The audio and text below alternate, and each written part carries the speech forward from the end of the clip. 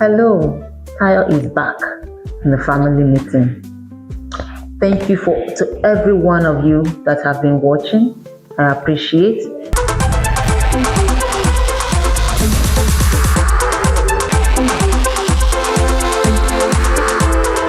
At some point, the worshiper in you must come alive. And when we talk about worshiper in us, I'm not talking about the worship leaders, those that lead praise and worship in church. We are all called into the worship ministry, to worship God with our lives, worship God with the fruit of our mouth, worship God with with everything about us, declaring His righteousness. We are called to worship God. We are objects of His worship. So when you are talking about worship, sometimes you have things in your house. You decorate your cursor, you put things on the wall, you paint your house differently. There are certain people, there is just this particular standard of furniture they can use. They can't use anything less than that. All those things are to bring them splendor, bring them glory in their house. So when they say, come to my house, they have something they want to show off. They have something that is, they know that, when you come to my house, there's something about it that they are just proud of. We are God's vessels. And in the house, see, there are different types of vessels. There are vessels of clay, vessels of gold and of silver, of wood. We are objects of God's worship. When we talk about worship, if you have two women, a woman who got married and within the same year or two gave birth, and in another 1, 2, 3 years had another one, that person have testimony. We will worship God.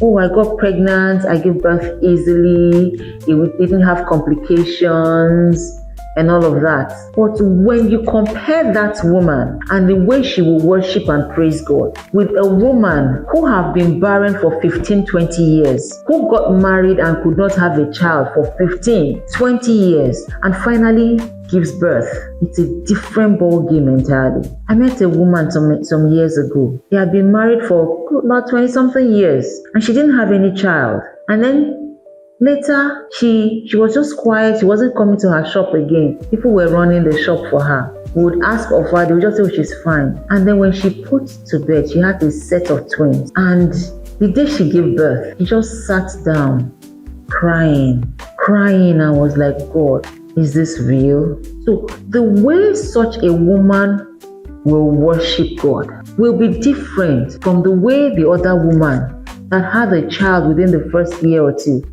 would worship God. Our experience, our encounter defines the level of our worship. There is that worshiper in us, and it is the understanding and the value we place on the things that we go through that will determine how well we worship God. I met this young man from Sierra Leone in the early 2000s, I think 2002 or late 2001, and they came in from Sierra Leone just after the war, and one of them said they were running, and just then he and his brother separated somehow, and but they were still looking at themselves, trying to link up back, but they were running for their lives.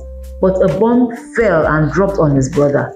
The value such a person will place on life will be different from somebody who just was sick and recovered from sickness and is now well. The way the worshiper in that person will come alive will be different. There's a worshiper in you, there's a worshiper in me.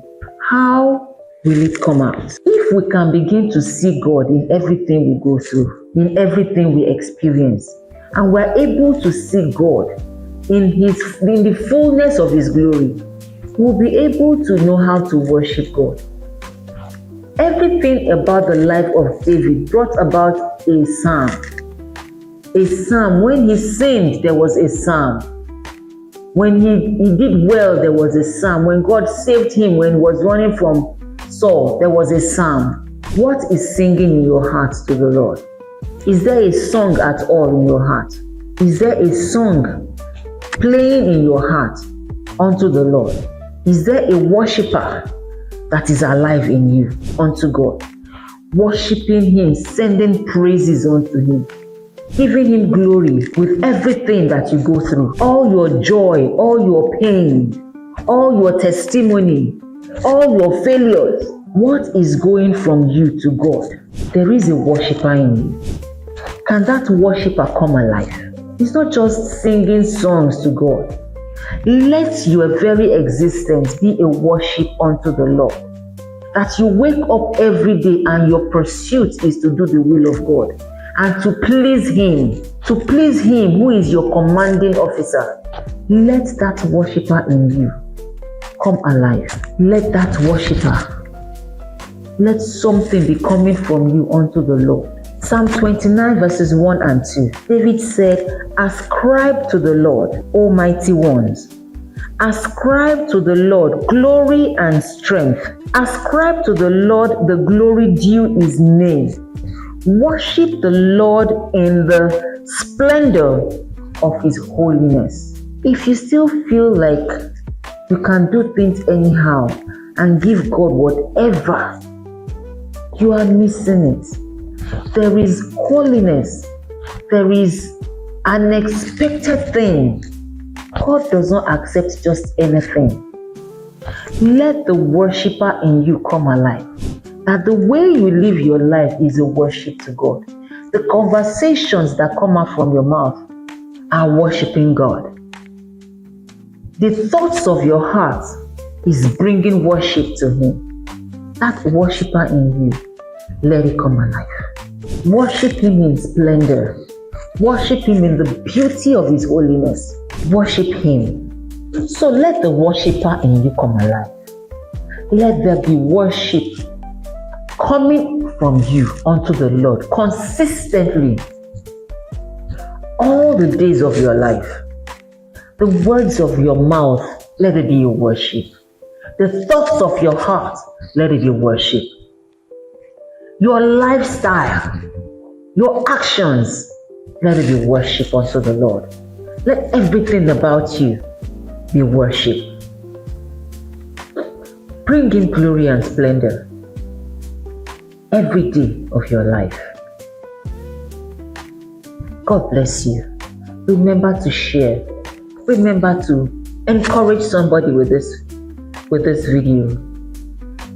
Continue to follow. Continue to like. God bless you.